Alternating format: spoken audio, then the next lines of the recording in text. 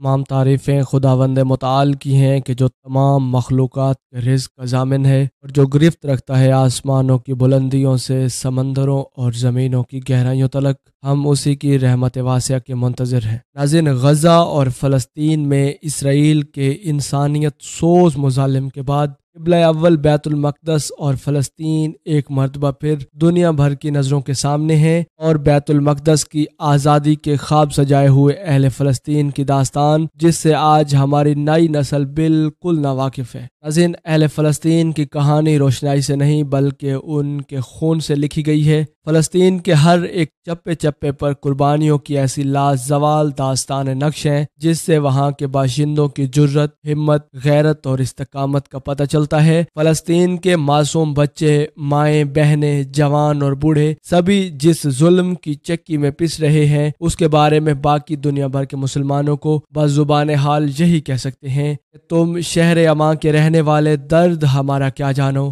ساحل کی ہوا ہو تم موج صبا، طوفان کا دھارا کیا جانو۔ ناظرین، عبرانی زبان میں یروشلم اور عربی زبان میں القدس کے نام سے معروف تاریخی شہر بیت المقدس جس کے معنی پاک گھر کے ہیں، ان شہروں میں سے ایک ہیں جسے نوح انسانی عزت و احترام کے نگاہ سے دیکھتی ہے۔ اس شہر کا ذرہ ذرہ مقدس ہے۔ اکثر انبیاء کرام علیہ السلام اسی شہر میں مبعوث ہوئے۔ ناظرین، حضرت داؤد علیہ السلام اور کئی دوسرے انبیاء کرام علیہ السلام بھی یہیں مدفون ہیں۔ بیت المقدس متعدد مرتبہ تخت و تاراج ہوا ہے۔ یہاں کی آبادیوں کو کئی بار زبردستی جلا وطن کیا گیا اور اس کی گلیوں میں ان گنت جنگیں لڑی جا چکی ہیں جن میں خون کے دریا بہہ چکے ہیں۔ ناظرین، یہ دنیا کا واحد شہر ہے جسے یہودی، مسیح اور مسلمان تینوں مقدس مانتے ہیں۔ یہودیوں کا عقیدہ ہے کہ یہ وہ جگہ ہے جہاں کائنات کی ابتدا ہوئی۔ یہیں پر حضرت ابراہیم علیہ نبینا علیہ السلام نے اپنے بیٹے حضرت اسماعیل علیہ السلام کی قربانی کی تیاری کی۔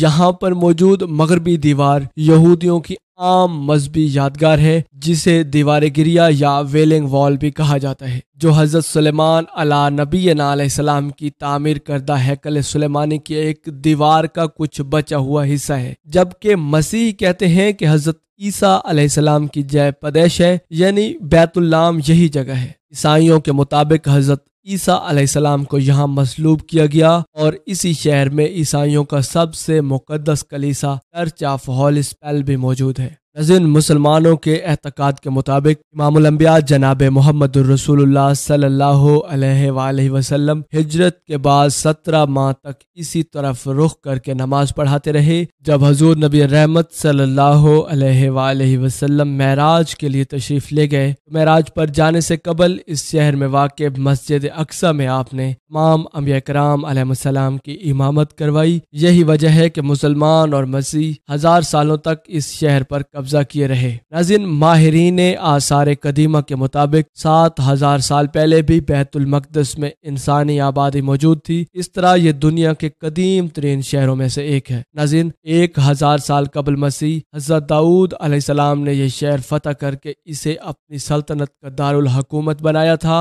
انہوں نے 33 سال تک اس شہر پر حکومت کی۔ حضرت داؤد علیہ نبینا علیہ السلام کی وفات کے بعد ان کے بیٹے حضرت سلیمان علیہ السلام نے بیت المقدس میں ایک معبد تعمیر کروایا جسے ہیکل سلیمانی یا دی سولومن ٹیمپل بھی کہا جاتا ہے۔ ناظرین، ہیکل سلیمانی میں تابوت سکینہ رکھا گیا ہے۔ تابوت سکینہ ایک صندوق کا نام ہے جو شمشاد کی لکڑی کا بنا ہوا ہے۔ اس صندوق میں حضرت موسیٰ علیہ السلام کا عصا، ان کی جوتیاں، حضرت ہارون علیہ نبینا علیہ السلام کا امامہ، حضرت سلیمان علیہ السلام کی انگوٹھی، تورات کی تختیوں کے چند ٹکڑے، کچھ من و سلوہ اور انبیاء کرام علیہ السلام کی کچھ دیگر نشانیاں موجود تھی۔ اللہ سبحانہ و تعالیٰ کے پیغمبر حضرت سلیمان علیہ نبینا علیہ السلام کی وفات کے بعد ان کے بیٹے رہبان بن سلیمان علیہ السلام کو تخت پر بٹھایا گیا۔ 5 سال وہ تخت پر بیٹھے کہ مصر کے بادشاہ نے بیت المقدس کی جانب پیش قدمی کی اور بغیر کسی کسی مزاحمت کے شہر میں داخل ہو گیا اور وہ ہیکل سلیمانی اور عبادت کی تمام قیمتی اشیاء شاہی خزانوں کے ساتھ لوٹ کر لے گیا۔ ناظرین، 640 قبل مسیح سے 700 قبل مسیح تک حکومت کرنے والے حزقیہ نے اپنے دور میں ہیکل سلیمانی کی عظمت کو دوبارہ بحال کیا۔ یہودی قوم کی پہلی تباہی و بربادی بادشاہ بخت نصر، جسے کچھ لوگ شداد کے نام سے بھی جانتے ہیں، کے ہاتھوں سے سن 598 قبل مسیح میں ہوئی۔ اس تباہی میں نہ صرف ہیکل سلیمانی کا نام و نشان مٹ گیا بلکہ دیگر صحائف کے ساتھ ساتھ تورات بھی غائب ہو گئی۔ ناظرین، بخت نصر کے اس حملے کے بعد تابوت سکینہ ایسا غائب ہوا کہ آج تک اس کا سراغ نہیں مل سکا۔ 539 قبل مسیح میں ایران کے پہلے کسریٰ قیصر دی گریٹ نے بابل کو فتح کیا اور اس نے یہودیوں کو اپنے وطن واپس جانے کی اجازت دی۔ چنانچہ یہودی بیت المقدس واپس آئے۔ انہوں نے ہیکل سلیمانی کو دوبارہ تعمیر کیا۔ 603 قبل مسیح میں رومی جرنیل پمپائر دی گریٹ نے ہیکل سلیمانی کو ایک مرتبہ پھر تباہ و برباد کر دیا، لیکن چند ہی سال بعد ہیروڈ دی گریٹ کے دور میں ہیکل سلیمانی کو از سر نو تعمیر کروایا گیا۔ ناظرین، 70 عیسوی میں جب رومی شہنشاہ ٹیٹوس یروشلم شہر میں داخل ہوا تو اس کی فوجوں نے ہیکل سلیمانی کو جلا کر راکھ کر ڈالا اور یہودیوں کو چن چن کر مارا۔ 135 عیسوی میں جب یروشلم کے یہودیوں نے رومن سلطنت کے خلاف بغاوت کی، اب اس شہر کی زمین پر ہر چلا کر اسے ویران کر دیا گیا اور یہاں بسنے والے اکثر یہودیوں کو غلامی کی منڈیوں میں فروخت کر دیا گیا۔ ناظرین، یہودیوں سے نفرت کی بنا پر رومن باشندوں نے ہیکل سلیمانی کی جگہ کوڑے کرکٹ کے ڈھیر لگا دیے۔ رومن عہد میں ہیکل سلیمانی اور یہ شہر اسی طرح کئی صدیوں تک کوڑے اور غلاظت کے ڈھیروں میں ڈوبا رہا۔ ناظرین، 638 عیسوی میں حضرت عمر رضی اللہ تعالی عنہ کے دور میں مسلمانوں نے رومن امپائر کو شکست دے کر بیت المقدس کو فتح کیا اور اس وقت یہاں یہودیوں کا کوئی معبد نہیں تھا۔ اس دور میں یہاں ایک مسجد تعمیر ہوئی، یہی مسجد مسجد اقصی کہلاتی ہے۔ اس سادہ سی مسجد کی تعمیر کی تقریباً 50 سال بعد عبد الملک بن مروان نے 691 عیسوی میں مسجد اقصی اور قبلۃ الصغریٰ کی بنیاد رکھی۔ عربی میں قبلہ مطلب گنبد اور صخرہ کا مطلب چٹان ہے، اس لیے مسیح اور یہودی قبلہ کو ڈوم آف راک کہتے ہیں۔ دنیا کے 3 بڑے مذاہب اسلام، عیسائیت اور یہودیت کے لیے یہ چٹان انتہائی مقدس ہے۔ ناظرین، 1099 عیسوی میں پہلی صلیبی جنگ کے بعد جب صلیبیوں کا بیت المقدس پر قبضہ ہو گیا تو انہوں نے مسجد اقصی میں بہت زیادہ رد و بدل کیا۔ مسجد کو ایک ہاسٹل کی شکل دے کر یہاں کئی کمرے بنا لیے اور اس کا نام معبد سلیمان رکھ دیا گیا۔ انہوں نے مسجد کے اندر اور مسجد کے ساتھ ساتھ ایک گرجا گھر بھی تعمیر کر لیا۔ سلطان صلاح الدین ایوبی علیہ الرحمہ نے قبلہ اول کی آزادی کے لیے تقریباً 16 جنگیں لڑی اور بالآخر سن 1187 عیسوی میں سلطان صلاح الدین ایوبی نے فتح بیت المقدس کے بعد مسجد اقصی کو صلیبیوں سے پاک کر دیا اور اس کے بعد یکے بعد دیگرے 4 مزید صلیبی جنگیں لڑی گئیں، لیکن صلیبی بیت المقدس پر قبضے کا خواب کبھی پورا نہ کر سکے۔ سن 1229 عیسوی میں مملوک حکمران الکامل نے بغیر لڑے بیت المقدس کو جرمنی کے بادشاہ فیڈرک دوم کے حوالے کر دیا، لیکن صرف 15 سال بعد سن 1244 عیسوی میں سلطنت خوارزم نے یہ شہر دوبارہ فتح کر لیا، جس کے بعد اگلے 673 سالوں تک یہ شہر مسلمانوں کے پاس رہا۔ ناظرین، سن 1517 عیسوی میں سلطنت عثمانیہ کے طاقتور سلطان سلیم اول نے بیت المقدس کو اپنے ریاست کا حصہ بنا لیا۔ 1517 سے لے کر 1917 تک یہ شہر عثمانی سلطنت کا حصہ رہا۔ عثمانی سلاطین نے اس شہر میں بے شمار تعمیرات کی، شہر کے گرد دیوار تعمیر کی، سڑکیں بنائی اور ڈاک کا نظام قائم کیا۔ سن 1892 میں یہاں ریلوے لائن بھی بچھا دی گئی۔ عثمانی دور میں یہودیوں نے ایک آزاد یہودی ریاست کے قیام کی بہت کوششیں کی، البتہ سلطان عبد الحمید ثانی نے ان لوگوں کو ایسے کسی بھی اقدام سے باز رکھا، یہاں تک کہ سلطان عبد الحمید ثانی کی معزولی اور جلاوطنی کے بعد بالآخر 11 دسمبر سن 1917 کو برطانوی جنرل ایڈمنڈ المبک نے اس وقت کے کمزور عثمانیوں کو شکست دے کر بیت المقدس پر قبضہ کر لیا۔ تمام مغربی دنیا کے اخباروں نے اس فتح پر جشن منایا۔ جنرل المبک کے قبضے کے بعد یہ شہر 3 دہائیوں تک برطانوی سلطنت میں رہا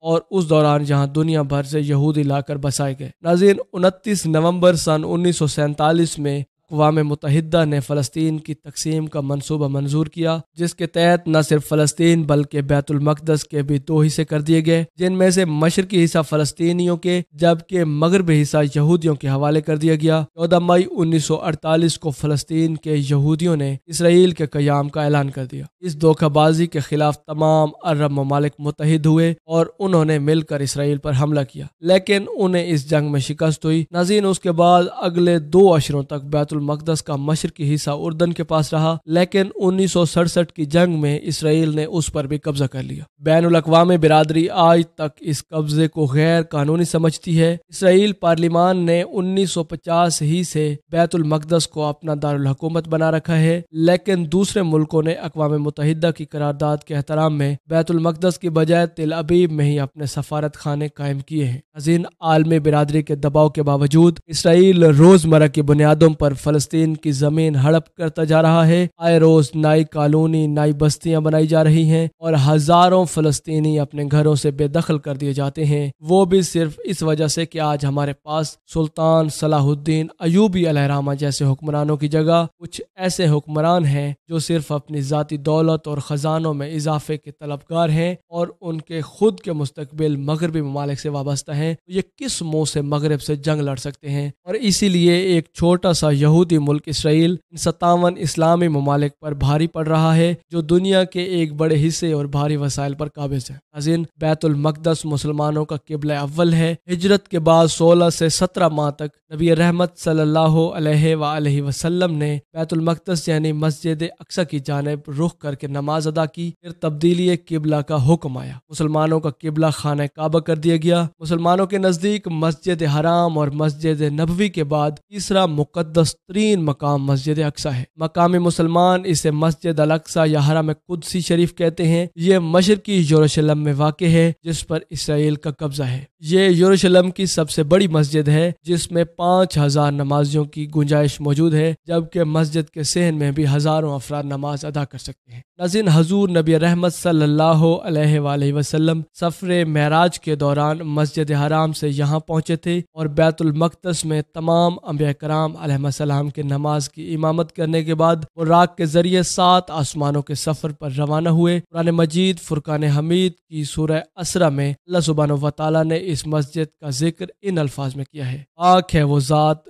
جو اپنے بندے کو رات ہی رات میں مسجد حرام سے مسجد اقصی لے گئی، جس کے آس پاس ہم نے برکت رکھی ہے اس لیے کہ ہم اسے اپنی قدرت کے بعض نمونے دکھائیں۔ یقیناً اللہ سبحانہ و تعالیٰ ہی خوب سننے والا اور دیکھنے والا ہے۔ ناظرین، احادیث کے مطابق دنیا میں صرف 3 مسجدوں کی جانب سفر کرنا باعث برکت ہے، جن میں مسجد حرام، مسجد نبوی اور مسجد اقصی شامل ہے۔ مسجد اقصی روح زمین پر بنائی گئی دوسری مسجد ہے جہاں ایک نماز کا ثواب 250 اور بعض روایات کے مطابق 25,000 نمازوں کے برابر ثواب ملتا ہے۔ سن 1948 میں اسرائیل کے قیام کے بعد یورپ سے آئے ہوئے غاصب یہودیوں نے ہزاروں سال سے فلسطین پر آباد فلسطینیوں کو ان کی زمینوں اور جائیدادوں سے بے دخل کر کے انہیں کیمپوں میں نہایت ابتر حالت میں زندگی بسر کرنے پر مجبور کر دیا ہے۔ ناظرین، 21 اگست سن 1969 کو ایک آسٹریلوی یہودی ڈینس مائیکل روہان نے قبلہ اول کو آگ لگا دی، جس سے مسجد اقصی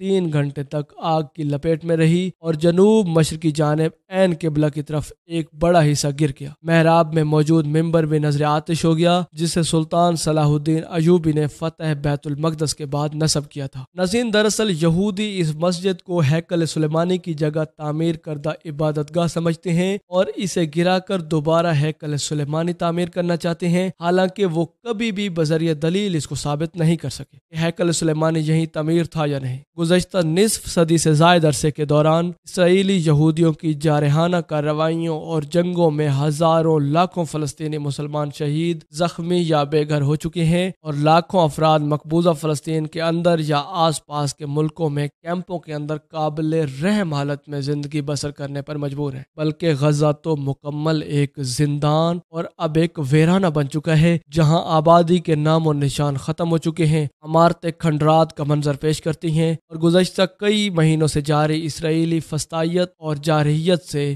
غزہ اور فلسطین اس وقت قبرستان کا منظر پیش کر رہا ہے۔ ناظرین، اقوام متحدہ اور اس کے کرتا دھرتا امریکہ اور یورپ کے ممالک یہودیوں کی سرپرست اور نگہبان بنے ہوئے ہیں۔ افسوس کا مقام تو یہ ہے کہ بعض نام نہاد مسلمان ممالک اپنے ذاتی مفاد اور اپنی چند روزہ شان و شوکت اور عارضی کرسیوں کی بقا کی خاطر یا تو ان دشمنان اسلام کی حمایت کر رہے ہیں یا خاموش تماشائی بنے ہوئے ہیں، لیکن یہ یہود اور ان کے ساتھی یاد رکھیں کہ شام جو زمانے قدیم میں لبنان، فلسطین، اردن اور شام کی سرزمین پر مشتمل تھا، جہاں آج یہ یہود قابض ہیں، احادیث کے مطابق قرب قیامت میں وہاں اسلام کا غلبہ ہوگا اور ایمان اور اہل ایمان فتنوں کے اس دور میں زیادہ تر شام کے علاقوں میں ہی ہوں گے۔ فتنوں کے اس زمانے میں اہل اسلام کے مختلف علاقوں میں مختلف جماعتیں اور لشکر ہوں گے۔ اس دور میں حضور نبی رحمت صلی اللہ علیہ وآلہ وسلم نے شام اور اہل شام کے لشکر کو اختیار کرنے کی ترغیب دلائی، کیونکہ اس دور میں ان کی حفاظت کی ذمہ داری اللہ سبحانہ و تعالی نے لی ہوگی۔ یہ حضرت امام محمد مہدی علیہ السلام اور حضرت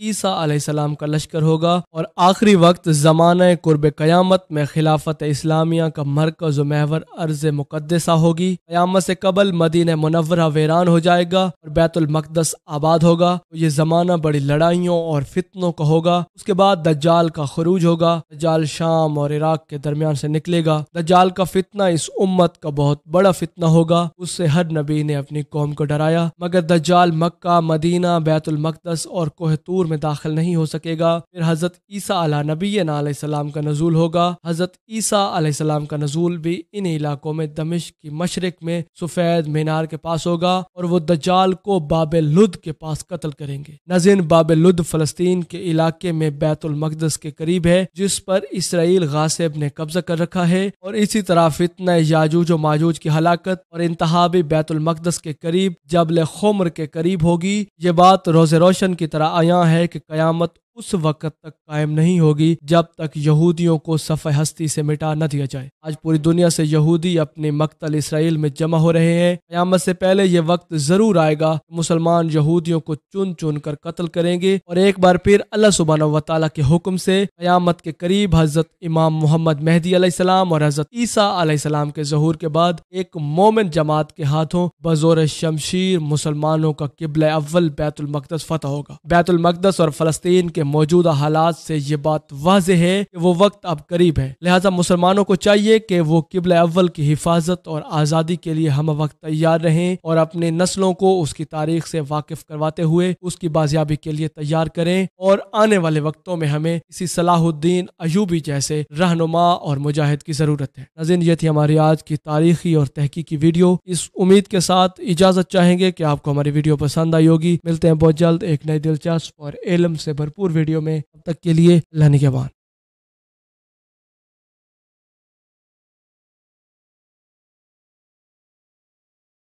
تمام تعریفیں خداوند متعال کی ہیں کہ جو تمام مخلوقات کے رزق کا ضامن ہے اور جو گرفت رکھتا ہے آسمانوں کی بلندیوں سے زمینوں اور سمندروں کی گہرائیوں تلک۔ ہم اسی کی رحمت خاص کے منتظر ہیں۔ ناظرین، حضرت حبیب ابن مظاہر اسدی قبیلہ بنو اسد سے تھے۔ نام حبیب، کنیت ابو ثور تھی۔ آپ کا سلسلہ نسب یوں تھا: حبیب بن مظاہر بن راب بن اشتر۔ آپ ہجرت سے 13 سال پہلے یمن کے قبیلہ بنو اسد میں پیدا ہوئے۔ 9 ہجری میں مدینے میں آ کر رہنے لگے۔ حضرت حبیب ابن مظاہر اسدی خاندان بنو اسد کے معروف فرد اور حضور نبی رحمت صلی اللہ علیہ وآلہ وسلم اور مولا کائنات حضرت امام علی ابن ابی طالب علیہ السلام کے صحابی اور حضرت امام حسن و حضرت امام حسین علیہ السلام کے وفادار ساتھی تھے، جنہوں نے واقع کربلا میں حضرت امام حسین علیہ السلام کی فوج میں شمولیت اختیار کی۔ آپ واقع کربلا میں شہید ہونے والے شہداء میں شامل ہیں۔ ناظرین، معتبر کتب تاریخ میں ان کے حالات زندگی اور کربلا میں جہاد کا مفصل ذکر ملتا ہے۔ حضرت حبیب ابن مظاہر حضرت علی ابن ابی طالب علیہ السلام کے شاگرد خاص اور وفادار صحابی تھے۔ آپ نے مولا کائنات حضرت علی ابن ابی طالب علیہ السلام کے ساتھ کئی جنگوں میں شرکت کی۔ آپ کو بہت سے علوم پر دسترس تھی، زہد و تقوی کے مالک تھے۔ ان کا شمار پارسیان شب اور شعران روز میں ہوتا تھا۔ حضرت حبیب ابن مظاہر رضی اللہ تعالی عنہما ان افراد میں شامل تھے جنہوں نے سب سے پہلے امام حسین ابن علی علیہ السلام کو کوفہ آنے کی دعوت دی۔ پھر جب حضرت مسلم بن عقیل کوفہ پہنچے تو سب سے پہلا شخص جس نے حضرت مسلم بن عقیل کی حمایت اور وفاداری کا اعلان کیا وہ عابس ابن ابی شبیب شاکری تھا۔ ناظرین، اس کے بعد حضرت حبیب ابن مظاہر کھڑے ہوئے اور عابس شاکری کی بات کی تائید کرتے ہوئے یوں مخاطب ہوئے: خدا تم پر رحم کرے کہ تو نے بہترین انداز میں مختصر الفاظ کے ساتھ اپنے دل کا حال بیان کر دیا۔ خدا کی قسم میں بھی اسی نظریے پر پختہ یقین رکھتا ہوں جسے عابس نے بیان کیا ہے۔ اس طرح حضرت حبیب حضرت مسلم کے بہترین حامی تھے اور مسلم بن اوسجہ کے ساتھ مل کر حضرت مسلم بن عقیل کے لیے لوگوں سے بیعت لیتے تھے، لیکن حضرت مسلم بن عقیل کی شہادت کے بعد اہل کوفہ کی بے وفائی کی وجہ سے ان کے قبیلے والوں نے مجبوراً ان دونوں یعنی حضرت حبیب ابن مظاہر اور مسلم بن اوسجہ کو مخفی کر دیا۔ لیکن جو ہی حضرت حبیب ابن مظاہر کو امام حسین ابن علی علیہ السلام کے کربلا پہنچنے کی خبر ملی تو رات کے وقت سے فائدہ اٹھا کر امام وقت حضرت امام حسین ابن علی علیہ السلام سے جا ملے۔ حالت یہ تھی کہ دن کو مخفی ہو جاتے اور رات کو سفر کرتے،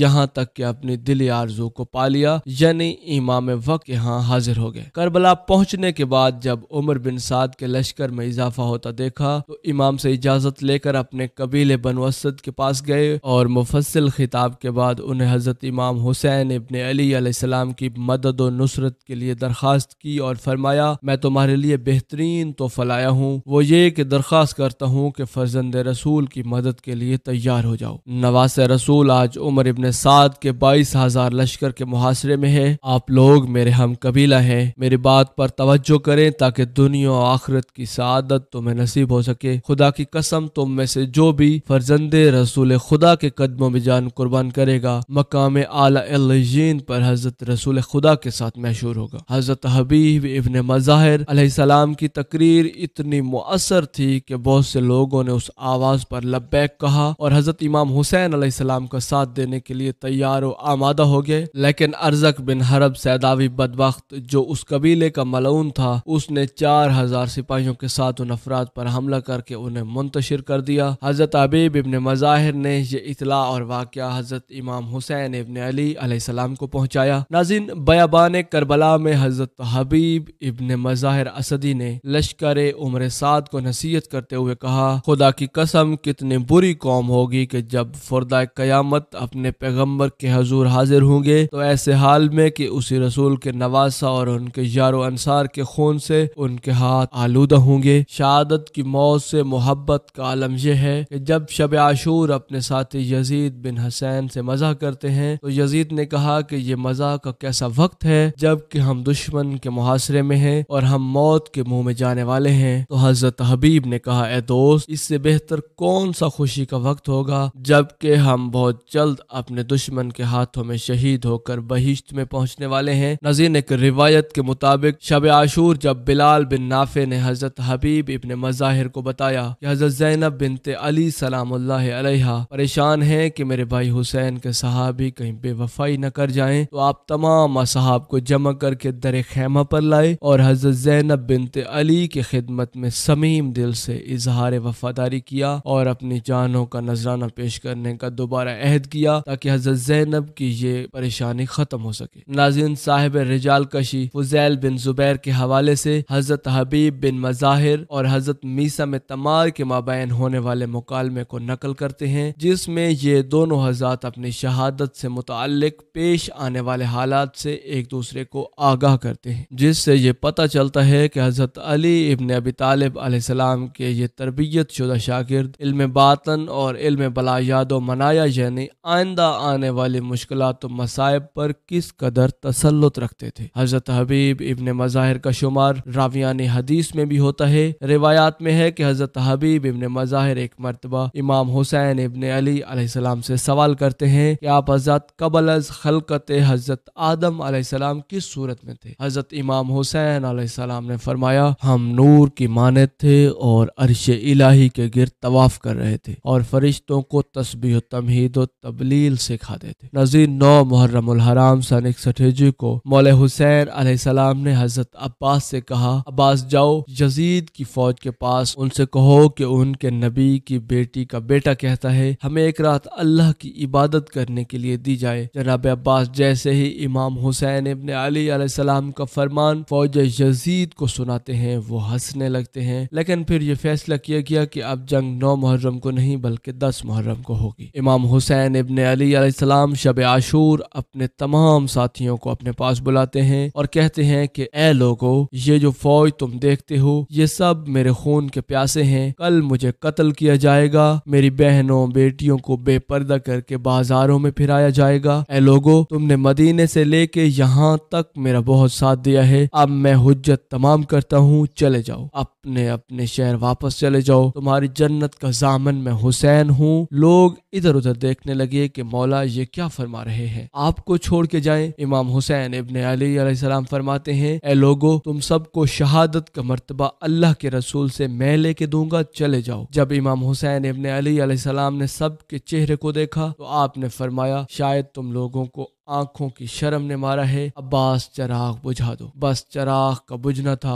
امام حسین ابن علی علیہ السلام سر کو جھکا کے بیٹھ گئے۔ کچھ دیر گزری، امام حسین ابن علی علیہ السلام نے فرمایا عباس چراغ جلاؤ۔ جیسے ہی چراغ جلے، امام حسین ابن علی علیہ السلام دیکھتے ہیں ایک ایک مولا کا چاہنے والا اپنی تلوار اپنی گردن پر رکھ کے کہتا ہے اے نواز رسول، ان ظالموں کے بیچ آپ کو تنہا چھوڑ کے چلے جائیں؟ جب ہم مر جائیں گے آپ کی ماں فاطمہ الزہرا کو کیا منہ دکھائیں گے؟ ہماری جانیں، ہمارے بچوں کی جانیں آپ کے قدموں پہ قربان ہے مولا۔ میرے مولا، اگر آپ حکم کریں ہم سب ابھی کے ابھی اپنے آپ کو قتل کر دیتے ہیں۔ امام حسین ابن علی علیہ السلام نے فرمایا اے میرے بابا، دیکھ جیسے ساتھی مجھے ملے ہیں ایسے آپ کو بھی نہ ملے، اے میرے بھائی حسن، دیکھ جیسے مجھے ساتھی ملے ہیں ایسے آپ کو بھی نہ ملے ہوں گے۔ پھر آپ فرماتے ہیں جاؤ اللہ کی عبادت میں مشغول ہو جاؤ، کل ہمیں اللہ کے دین پہ قربان ہونا ہے۔ ناظرین، بس رات ڈھلنے لگی اور بالآخر آذان علی اکبر آئی۔ صبح عاشور حضرت امام حسین ابن علی علیہ السلام نے اپنے لشکر کو منظم کیا۔ دائیں جانب موجود لشکر کی کمان زہیر بن کین اور بائیں طرف حضرت حبیب ابن مظاہر، جبکہ قلب لشکر کی سربراہی حضرت ابو الفضل العباس کے سپرد کی۔ اسی اثناء میں دشمن کے سپاہی وارد میدان ہو کر مبارزہ طلب کرتے ہیں تو حضرت حبیب ابن مظاہر مقابلے کے لیے آمادہ ہوئے، لیکن امام حسین علیہ السلام نے روک لیا۔ ناظرین، بس مختصراً اسی طرح ظہر عاشور جب